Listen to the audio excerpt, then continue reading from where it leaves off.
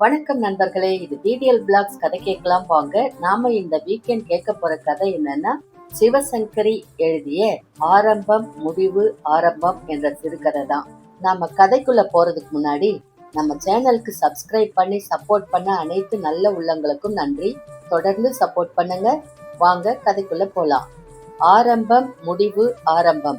கூப்பிட்ட குரலுக்கு ஓடி வர சௌகரியமா இருக்கும் அப்படின்ற நினைப்புல கமலத்துக்கு தோட்டத்திலேயே ஒரு ஓரமா குடிசை போட்டு கொடுத்தது ரொம்ப தப்பா போயிருச்சு. கமலம் நல்லவதான், திருட்டு புரட்டு கிடையாதுதான், வேலையில கெட்டிக்காரிதான்.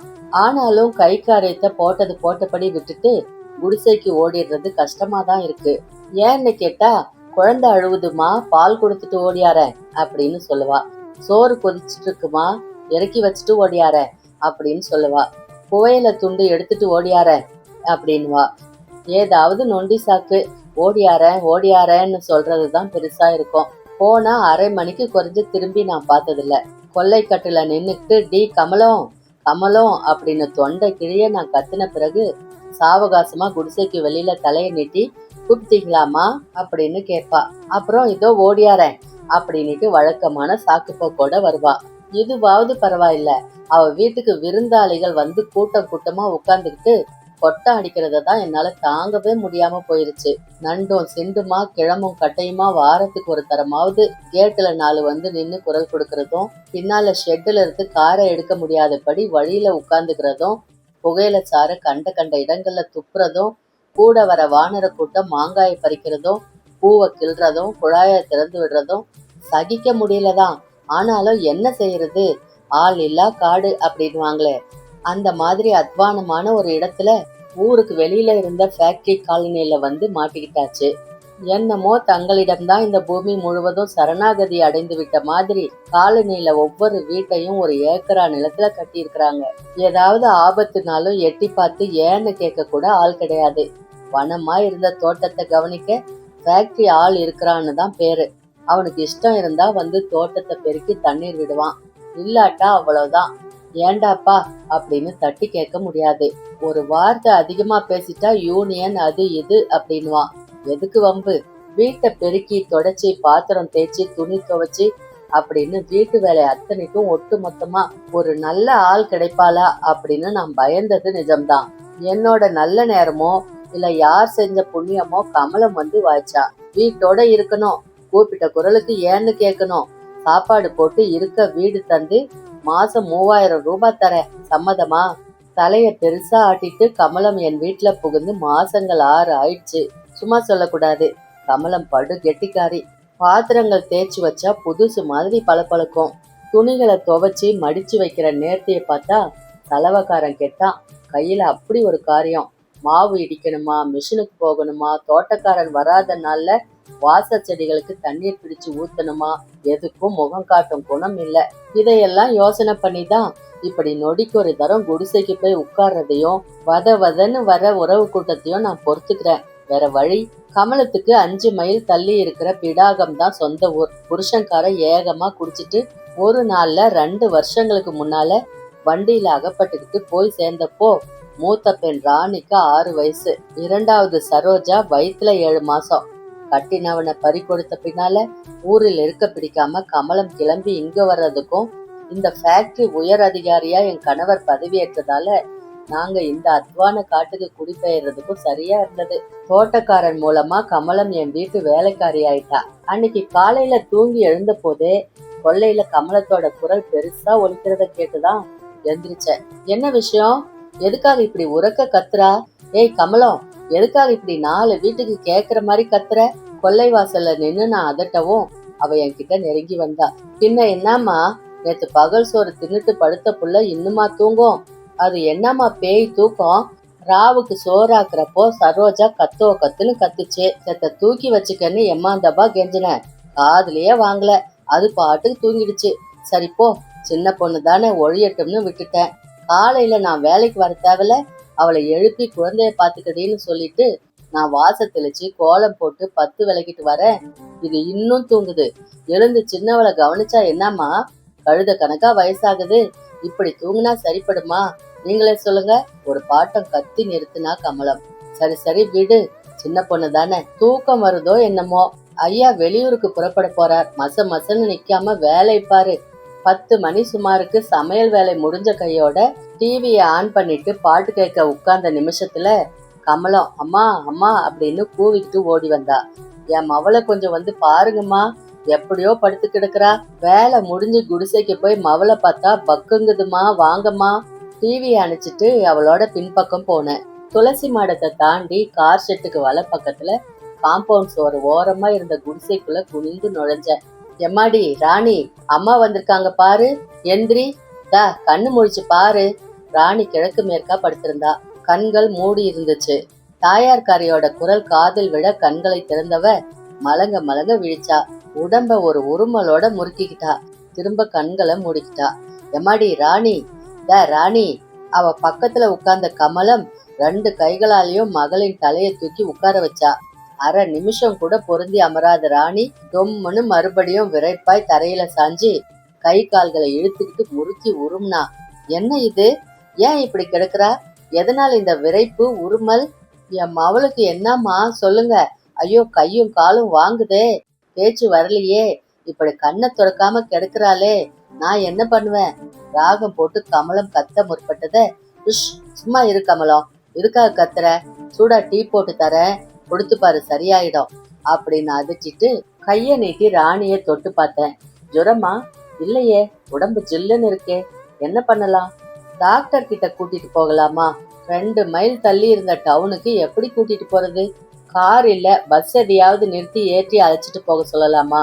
யோசனையோடைய வீட்டுக்குள்ள நுழைஞ்சு டவுன்ல எனக்கு தெரிஞ்ச டாக்டர்களுக்கு போன் செஞ்சேன். ஒருத்தர் ஊர்ல இல்ல, இன்னொருத்தர் ஏதாவது பூச்சிக்கடியா இருக்கும், ஆன்டி அலர்ஜிக் டேப்லெட் இருந்தா கொடுங்க, ஷி வில் பி ஓகே, முடிஞ்சா சாயங்காலம் பார்க்கலாம் அப்படின்னு பட்டும் படாம சொல்லிட்டாரு. ஒரு இன்ஸ்டால் மாத்திரையோட சூடா டீ போட்டு எடுத்துக்கிட்டு கமலத்தோட குடிசைக்கு போனேன். அதுக்குள்ள பக்கத்து வீட்டு வேலைக்கார குட்டி மூலம் விஷயம் தெரிஞ்சு டீ கடை மாணிக்கத்தோட தாய் முனியம்மா அங்கு வந்துட்டு இருந்தா. டீயையும் மாத்திரையும் நீட்டினேன். பிரம்ம பிரயத்தனத்தோட ராணியை எழுப்பி உட்கார வச்சு டீய வாயில ஊத்துனா கமலம். டீ உள்ள போகாம கடை வாயில வழியுது. ஐயோ, நான் என்ன பண்ணுவேன்? என் ராசாத்தியால டீ கூட குடிக்க முடியலே, எம்மாடி ஐயோ. கமலம் வாய் விட்டு அழத் தொடங்கினா. எதையோ மனசுக்குள்ள கணக்கு போட்டு பார்த்த முனியம்மா கிட்டத்துல போய் ராணியோட கைகளை ஆட்டி கண்களை பிரிச்சு பார்த்தா. அப்புறம் ஏண்டி கமலம், நேத்து உச்சி பொழுதுக்கு கிணத்தாண்ட குளிக்க உன் மாவ போனாலா? ஒரு நிமிஷம் அழுகையை நிறுத்திட்டு கமலம் யோசிச்சா. ஆமா ஆயா, பம்பு செட்ல தண்ணி வருது, போய் குளிச்சுட்டு வரேன்னு போனா. அட மூதேவி, எனக்கு தெரியுமே, நேத்து இவ குடத்தை எடுத்துக்கிட்டு ஆட்டி ஆட்டி நடந்து வயக்காட்டு கிணறு பக்கம் போனதை நான் பார்த்தேனே. அடி பாவி பண்ண, உச்சி பொழுதுக்கு யாராச்சும் சின்ன பொண்களை கிணத்து பக்கம் அனுப்புவாங்களா? களத்து மேட்டுல புளிய மரம் இருக்கு, அதுல காத்து கருப்பு இருக்குடி. உச்சி நேரத்துல தலைய சீவி பூ வச்சுக்கிட்டு உன் மவ போனதும் சட்டுன்னு பிடிச்சுக்குச்சு. என் ஆயுசுல எம்மா பொண்களை முனி பிடிச்சு நான் பார்த்திருப்பேன். அடி ஆத்தா, இப்படித்தான் கையும் காலும் வாங்கும், பேச்சு வராது, இல்ல 2 நாள்ல துரும்பா இழைச்சு போயிடுவாடி. அதுக்குள்ளார ஆவுற காரியத்தை பாரு. ஊருக்கு ஆள் அனுப்பி சாமியாரை இட்டார சொல்லு, போடி போ. தனக்குத்தான் சர்வமும் தெரிஞ்ச மாதிரி இந்த கிழவி பேசுறதும் அதை நம்பிக்கிட்டு பறக்க பறக்க கமலம் எழுந்துக்கிறதும் எனக்கு சிரிப்பை தந்தது. அம்மா, நான் ஃபேக்டரி கேட்டுக்கு போய் அங்க வாட்ச்மேன் ஆளுகிட்ட சொல்லிட்டு வரேன். அவரு யாரையாச்சும் உடனே சைக்கிள் எடுத்துட்டு போக சொல்லுவாரு. எதுக்காக இப்படி அவசரப்படுற கமலம்? சாயங்காலம் டாக்டர் வந்து பாக்குறேன்னு சொல்லியிருக்கார். 2 நாள் பார்த்துட்டு சாமியாருக்கு சொல்லி அனுப்பலாம். இப்போ முதல்ல மாத்திரை கொடுக்கற வழிய பாரு. கமலம் என் பேச்ச காதுல போட்டுக்கவே இல்ல. நேத்துல இருந்து குழந்தை கண் விழிக்காம கிடக்கு, எப்படிமா அவசரப்படாம இருக்க சொல்றீங்க அப்படின்னு தொடங்கின கமலத்தை குறுக்கிட்டு முனியம்மா பேசுறா. 2 நாள் பொறுத்தா உசுருக்கே ஆபத்தாயிடுமா. நீங்க பட்டணத்துக்காரங்க, உங்களுக்கு இந்த பக்க நடப்பெல்லாம் புரியாது. நீங்க தள்ளுங்க, கமலத்தை கெடுக்காதீங்க. நான் கமலத்தை பார்த்தேன், கீழே கட்டையா கிடக்கிற ராணிய பார்த்தேன். சொல்றத சொல்லிட்டேன், கேட்கறதும் கேட்காததும் அவங்க இஷ்டம், இனி எனக்கு என்ன? ஆள் போய் விவரம் சொன்னதுல அன்னைக்கு சாயந்தரமே பிடாகத்துல இருந்து சொந்தக்கார கூட்டம் ஊர் சாமியாரோட வந்துருச்சு. கொல்லை பக்கம் ஜேன்னு ஜனங்க. என்னால வாயை திறக்கவும் முடியல. உங்க பாடு எனக்கு என்ன அப்படின்னு விட்டேத்தியா உள்ள போய் உட்காரவும் முடியல. துணி துவைக்கிற கல்லுல உட்கார்ந்து வேடிக்கை பார்க்க தொடங்கினேன். முதல்ல ராணி அலாக்க தூக்கி வந்து வாசல கிடத்தினாங்க. சாமியார்னு இவங்க சொன்ன ஆளு முன்னால வந்து நின்னுக்கிட்டான். அவனை முழுசா நான் பார்த்தேன். 40 வயசு இருக்கும். ஜான் நீல முடி, சடை தட்டி போன தலைமுடி, 2 மணிக்கட்டிலும் கருப்பா புசு புசுன்னு கயிறு, இடையில சாயம் போன காவி துணி, கழுத்துல முடி கயிறு, நெத்தியில காசு அகலத்துக்கு ரத்த சிகப்பு குங்குமம், கண்கள்ல ஒரு அலட்சிய பாவம், முகத்துல முரட்டு கலை. எனக்கு அவனை பார்த்தாவே பயமா இருந்துச்சு. அவனோட உத்தரவுப்படி 2 ஆண்கள் அவளை தூக்கி பிடிச்சுக்க, இவன் மொனன்னு ஏதோ சொல்லிக்கிட்டே உச்சந்தலையில தொடங்கி பாதம் வரைக்கும் பளிர் பளிர்னு வேப்பிலையால விளாச தொடங்கினான். 8 வயசு சின்ன குழந்தையான ராணியோட கண்ணம், கழுத்து, உடம்பு எல்லாம் வரி விழுந்து கண்ணி போயிருச்சு. இன்னும் கொஞ்சம் அடிச்சா இந்த உடம்பு முழுதும் ரத்த கலரி ஆகிறது நிச்சயம் அப்படின்னு தோண, அட நிறுத்து கமலம், சின்ன பொண்ணை இப்படியே அடிப்பா? நீ பெத்தவ தானே, அவன் காட்டடி அடிக்கிறான், நீ எப்படி பாத்துட்டு இருக்க அப்படின்னு உரக்க கத்துன. சட்டுன்னு அந்த இடம் அமைதியாயிருச்சு. சாமியார் கண்களை விரிச்சு தலையை திருப்பி என்ன பார்த்தான். அம்மா ஆறு அப்படின்னா. கேள்வி அடி தொண்டையிலிருந்து வெளிவந்தது. அவன் பார்வையும் கேள்வியும் என்னை வெகுவா சங்கடப்படுத்த எழுந்து நின்ன. கமலம் 2 அடி முன்னால வந்தா.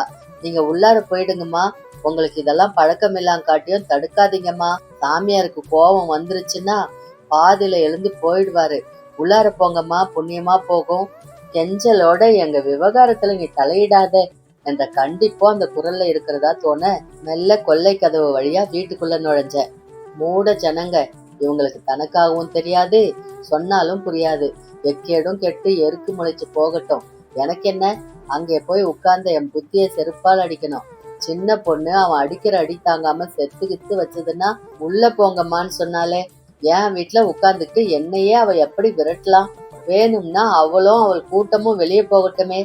என் வீடு, என் தோட்டம், நான் எங்க வேணும்னாலும் இருப்பேன். இவளுக்கு என்ன? கூட்டமா அவங்களோட ஆளுங்க இருக்காங்க, இல்லைன்னா இங்க இந்த அடித்தடிய வச்சுக்க கூடாது, போங்க வெளியேன்னு துரத்துக்கலாம்.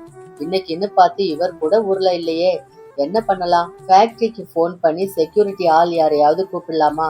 அதான் சரி, இன்னும் 1/2 மணி பார்க்கலாம். இருட்டின பின்னாலையும் இதுங்க கண்ணா பின்னான்னு கூத்தடிச்சா செக்யூரிட்டிக்கு சொல்லிட வேண்டியதுதான். ஹால் சோஃபால உட்கார்ந்த எனக்கு கோபமான கோவம். பின்னால இருந்து எழுந்த சத்தங்கள் தெளிவா காதுல விழல. 10 நிமிஷம் ஆயிருக்கும். அங்க இப்போ என்ன செய்யறாங்க அப்படின்ற ஆர்வத்தை கட்டுப்படுத்த தெரியாம எழுந்து சமையல் அறைக்கு போய் ஜன்னல் வழியா எட்டி பார்த்தேன். அமளி ஒரு தினசாய் அடங்கின மாதிரி தான் தெரிஞ்சது. சாமியார் மனையில கண் மூடி உட்கார்ந்துருந்தான். தியானம் செய்கிறானா இவனா? எனக்கு சிரிப்பு வந்தது. அவன் முன்னால நீளமாய் விரைப்பாய் ராணி, முகமெல்லாம் ரத்த கீறல்கள், சுற்றிலும் கமலம், மற்றவர்கள். 2 நிமிஷத்துல சாமியார் கண்களை திறந்தான். ஆவேசம் வந்த மாதிரி பேசினான். காத்தும் இல்ல, கருப்பும் இல்ல, இவள முனீஸ்வரன் பிடிச்சிருக்கு. ராவுக்கு சுடுகாட்டுல பச்சை வச்சா விடியறதுக்குள்ள பீடை நீங்கிடும். ஒருத்தரும் குறுக்கே பேசல. குயவன் கிட்ட இருந்து புதுப்பானை வாங்கியா? 9 வெத்தலை, 9 பாக்கு, 9 வாழைப்பழம், 9 எலுமிச்சம்பழம், 9 ஒத்த ரூபா, பச்சரிசி, வத்தி, கற்பூரம் எல்லாம் வாங்கியா? வேகமா ஓடு, அஸ்தமனத்துக்குள்ளார எல்லாம் தயாராகணும், ஓடு. சாமியார் மீண்டும் கண்களை மூடிக்கிட்டான். எனக்கு சிரிக்கிறதா அழுகிறதான்னு புரியல. இவனெல்லாம் ஒரு சாமியார், இவன் பேச்ச கேட்டு ஆட ஒரு கூட்டம். ஆமா, அது என்ன பச்சை வைக்கிறது? அப்படின்னா என்ன பண்ணுவான்? பெண்ணை சுடுகாட்டுக்கு அழைச்சிட்டு போய் திரும்ப அடிப்பானோ? எனக்கு ரொம்ப கவலையா இருந்தது. நான் பார்த்துக்கிட்டே நிற்கும் போதே அடுத்த 1/2 மணிக்குள்ள சாமியார் கேட்ட சாமான்களை இங்கே அங்கே ஓடி ஆளுக்கு ஒன்னா கொண்டு குடிசை முன்னால வச்சாங்க. புது பானையை கையில் எடுத்துக்கிட்ட சாமியார் தனக்கு எதிரில முரத்துல பச்சரிசி வச்சிருந்ததை ஏதோ முணுகிட்டே கையால துளாவினான். வலது கையை நீட்டி உள்ளங்கையால 5 தரமும் புறங்கையால 5 தரமும் அரிசி அள்ளி பானையில போட்டான். ஏற்கனவே சொல்லியிருந்த தினுசுல வெத்தலை, பழம் வகையாராக்களையும் எடுத்து பானைக்குள்ள வச்சான். எழுந்து பானையோட படுத்து கிடந்த ராணிய 3 முறை சுத்தினான். அப்புறம் கமலத்தை தீர்க்கமா பார்த்து பேசினான். சூரிய அஸ்தமனத்துக்குள்ளார நான் சுடுகாட்டுக்கு போயிடுவேன், என்னை யாரும் தொடர்ந்து வரக்கூடாது. நடு ஜாமத்துல பொங்கலிட்டு வெத்தலை பழத்தை படைச்சி கற்பூரம் காட்டி பச்சை வச்சு மந்திரம் சொல்லுவேன். அப்பால அந்த அடுப்பு சாம்பலை எடுத்தாந்து இதுக்கு இட்டு முடிக்கயிறு மந்திரிச்சு கட்டுவேன். பொழுது விடியறதுக்கு முன்னே என் வேலை முடிஞ்சிடும். நீ 1000 ரூபாய் பணத்தை தட்சணையா வச்சுட்டு இரு, நான் வரேன். வேலை முடிஞ்சிட்ட பிறகு என்னை காக்க வைக்க கூடாது, இப்பவே சொல்லிட்டேன். ஆமா. பேசி முடிச்ச சாமியார் பானையோட விறுவிறுன்னு தெருவை பார்க்க நடந்தான். 1/4 மணிக்கெல்லாம் நான் போறேன், வேலை இருக்கு அப்படின்னு ஒவ்வொருத்தரா கலைஞ்சு போயிட்டாங்க. கமலம், சரோஜா, அவளோட உறவினர்கள் 4-5 பேர் தான் பாக்கி. நின்னு வேடிக்கை பார்த்ததுல கால் வலி எடுக்கவே உள்ள டைனிங் ரூம்ல போய் உட்கார்ந்தேன். பின்னால ஆள் அரவம், தலை நிமிர்ந்த கமலம் தான். நீங்க ஜன்னலாண்ட நின்னு பாத்துட்டு இருந்ததால அம்புட்டு விவரமும் உங்களுக்கு தெரிஞ்சிருக்கும். சாமியார் ராத்திரி வரப்ப பணம் தயாரா வச்சிருக்கணும், இல்லாங்காட்டி கோவிப்பாரு. 1000 ரூபாய் பணம் வேணுமா? எனக்கு ஆத்திரமா வந்தது. யாரோ ஒரு ஏமாத்துக்காரன் முனி அது இதுன்னு பித்தலாட்டம் செய்யறான்னா அதை நம்பிக்கிட்டு இவளும் சொல்லையா 1000 ரூபாய் கேக்குறாளே. இந்த மடத்தனத்துக்கு எல்லை இல்லையா? டாக்டர் வந்து பார்த்து மருந்து கொடுத்தா 200 ரூபாய் சார்ஜ் பண்ணுவாரோ என்னமோ. அதை விட்டுட்டு என்ன அசட்டுத்தனம் இதெல்லாம். என் மனசுல இருந்ததை வெளியில கொட்டினேன். இந்த பைத்தியக்காரத்தனத்துக்கெல்லாம் நான் சரின்னு சொல்ல மாட்டேன் கமலம். பேயாம் முனியாம் பச்சையாம் ஐயாவுக்கு தெரிஞ்சா பிச்சுடுவார் பிச்சு, தெரியுமா? பேசாம டாக்டரை கூப்பிடுறேன், அவர் வந்து பாக்கட்டும். என்ன? கமலம் பதறி போனா. ஐயோ வேணாங்கம்மா, அப்புறம் சாமியாருக்கு கோபம் வந்துடும். அவரு சொல்றாப்புல முனிதாம்மா. இந்த டாக்டருங்களுக்கு இதெல்லாம் புரியாது. நீங்க பணம் கொடுங்கம்மா, நாளைக்கு 1ஆம் தேதி சம்பளத்துல பிடிச்சுக்குங்க. இனியும் நான் என்ன சொல்லி இவளை உணர வைப்பேன்? எனக்கு ஆயாசமா இருந்தது. பேசாம உள்ள போய் பணத்தை எடுத்து வந்து கொடுத்தேன். அன்னைக்கு ராத்திரி நடந்த கூத்து எதுவும் எனக்கு தெரியாது. 11 மணி வரைக்கும் விழிச்சிட்டு இருந்துட்டு என்ன அறியாத அசந்து போயிட்டவ காலையில இருந்து கொல்லைக்கட்டுக்கு போனதும் சட்டுன்னு அப்படியே நின்னுட்டேன். குடிசை வாசல்ல கமலத்தோட உறவினர் பக்கத்துல ராணி உட்கார்ந்திருந்தா. கழுத்துல முடி கயிறு, சோர்வா இருந்த முகத்துல ஒரு தெளிவு. என்ன இது, நேத்து கட்டையா கிடந்தவ இன்னைக்கு எப்படி சாதாரணமா இருக்கிறா? என் ஆச்சரியம் புரிந்த மாதிரி பக்கத்துல பத்து தேய்ச்சிட்டு இருந்த கமலம் சிரிச்சா. பச்சை படிச்சதுக்கு கை மேல பலன் பாத்தீங்களாமா? கழுத்துல முடிக்கயிறு போட்டதுக்கு பலன் பாத்தீங்களாமா? அவளை முடிக்க விடாம நான் பேசினேன். என்ன பெரிய பல, எல்லாம் காக்கா உட்கார பனம்பழம் விழுந்த கதை தான். ஒண்ணுமே இல்லாத குழந்தைக்கு முனி பிடிச்சிருக்குன்னு பட்டம் கட்டி அடிச்சு துன்புறுத்தி, என்ன ஜனங்களோ, என்ன நம்பிக்கையோ. உங்க காரியத்துக்கு வியாக்கியானம் வேற. மேற்கொண்டு கமலம் வாயத்திற்கு இடம் கொடுக்காம நான் உள்ளே வந்துட்டேன். பகல் 1 மணி இருக்கும். கமலத்தோட குடிசை வாசல்ல மீண்டும் பரபரப்பு. சாப்பிட உட்கார்ந்தவ அப்படியே சமையலறை ஜன்னல் வழியா எட்டி பார்த்தேன். பால் ஊத்தும் வடிவேலு தலையில அடிச்சுக்கிட்டு உறக்க பேசினது தெளிவா காதுல விழுந்தது. இந்த பேமானி பைய இப்படி கேவலமா நடந்துக்குவான்னு நான் கண்டேனா? பொழுதோட மாடுகளை மேய்ச்சிட்டு வாடான்னு அனுப்பின பைய சுடுகாட்டு பக்கம் போவான்னு கண்டேனா? இல்ல அங்க நேத்து பச்சை வச்ச பழங்களை பொறுக்கி சாப்பிடுவான்னு கண்டேனா? கோவாலு ஓடியாந்து மாமா மாமா உன் மாவன் பச்சைக்கு படிச்சதை தின்னா என்ன ஆகும்னு கேட்டுக்கிட்டே தின்னான். இப்ப 1/2 மணியா பேச்சு மூச்சு இல்லாம கிடக்குறான்னு சொன்னப்போ எனக்கு ஈரக்கொலை ஆடி போச்சு. ஆத்தாக்காரி அங்க மவனை பார்க்க ஓடி இருக்கிறா. நான் இங்க வந்தேன். சாமியார் எங்க இருப்பாரு சொல்லு கமலம். உடனே அவருக்கு ஆள் அனுப்பி பையனை பார்க்க சொல்லணும். எல்லாம் என் போராத வேலைமா வேலை. வடிவேலு பேச பேச நான் அதிர்ந்து போனேன். ராணி மேல முனி வந்தது பொய்னா, அதை விரட்ட சாமியார் பச்சை வச்சது ஏமாத்து வேலைன்னா, அந்த வெத்தலை பழத்தை சாப்பிட்ட ஒரு பையன் திடீர்னு ஏன் பேச்சு மூச்சு இல்லாம ஆகணும்? அப்படியானா இந்த முனி கினி அப்படின்றதெல்லாம் உண்மைதானா? இல்ல காக்கா உட்கார பனம்பழம் அடுத்தடுத்து 2 முறை விழுந்துருச்சா? எதை நம்புறது எனக்கு புரியல. திடீர்னு கமலம் வந்து என்னம்மா இப்ப என்ன சொல்றீங்க அப்படின்னு கேட்டா என்ன பதில் சொல்றது அப்படின்ற கேள்வி மனசை கவ்வ அவசர அவசரமா ஜன்னல் கிட்ட இருந்து நகர்ந்தேன். முற்றும். இந்த மாதிரி கதைகள்லாம் ஊருக்குள்ள காலங்காலமா இருக்கிறது தான். இதெல்லாம் மூட நம்பிக்கை அப்படின்னு ஒதுக்கவும் முடியல, உண்மைன்னு எடுத்துக்கவும் முடியல. இந்த கதையை பத்தி நீங்க என்ன நினைக்கிறீங்க அப்படின்னு கமெண்ட்ல சொல்லுங்க. மீண்டும் ஒரு நல்ல கதையோட அடுத்த வீக்கெண்ட் சந்திக்கிறேன். அது வரைக்கும் உங்களிடமிருந்து நன்றி கூறி விடைபெறுவது விடிஎல் பிளாக்ஸ் விடிஎல். நன்றி, வணக்கம்.